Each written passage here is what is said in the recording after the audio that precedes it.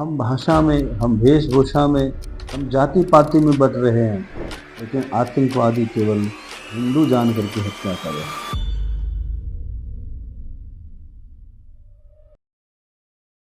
इस समय जो देश में हो रहा है, देश इस समय संकट से गुजर रहा है, जहां आतंकवादी चुन चुन कर, पहचान कर हिंदुओं की हत्या करने में लगे।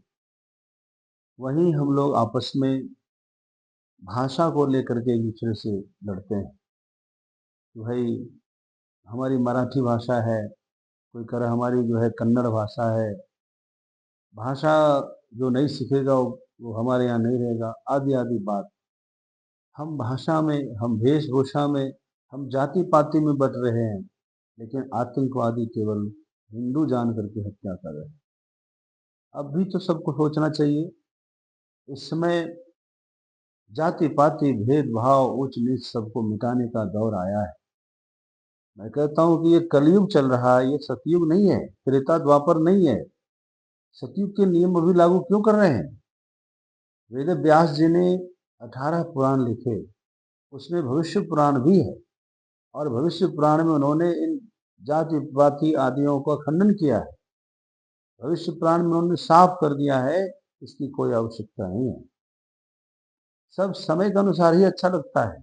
सतयुग के धर्म इस समय लागू नहीं हो सकते। सबको सोचना चाहिए, संतों को भी सोचना चाहिए। जो लोग अभी भी वर्ण व्यवस्था, जाति व्यवस्था के पीछे पड़े हुए हैं, वो लिख लें कि जाति व्यवस्था, वर्ण व्यवस्था नहीं लागू कर सकते, असंभव है। इस समय सबको अपनाने का समय है। देश संकट से गुजर रहा है।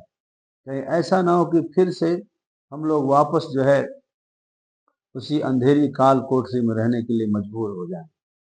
ऐसा ना हो। आप देख रहे हैं आंखों के सामने बंगाल की स्थिति क्या है, कश्मीर में सबने देखा 90 के दशक में क्या हुआ, और वर्तमान में भाई कल जो वहाँ अटैक हुआ है, इससे भी हमको समझना चाहिए।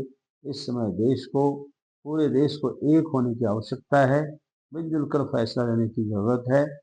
एक रहेंगे तो सेफ रहेंगे, एक रहेंगे तो नेक रहेंगे, और अपना जो कुछ भी है सारा कुछ अ, उसी एकता पर ही निर्भर करता है। नहीं तो हमारी शिक्षा हो, चाहे हमारा कमाई धन हो, सब किसी काम का नहीं है। इसलिए अपने आप को सुरक्षित करें, देश को सुरक्षित करें।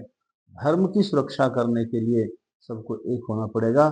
सबसे ऊपर धर्म है, इसको मानना चाहिए।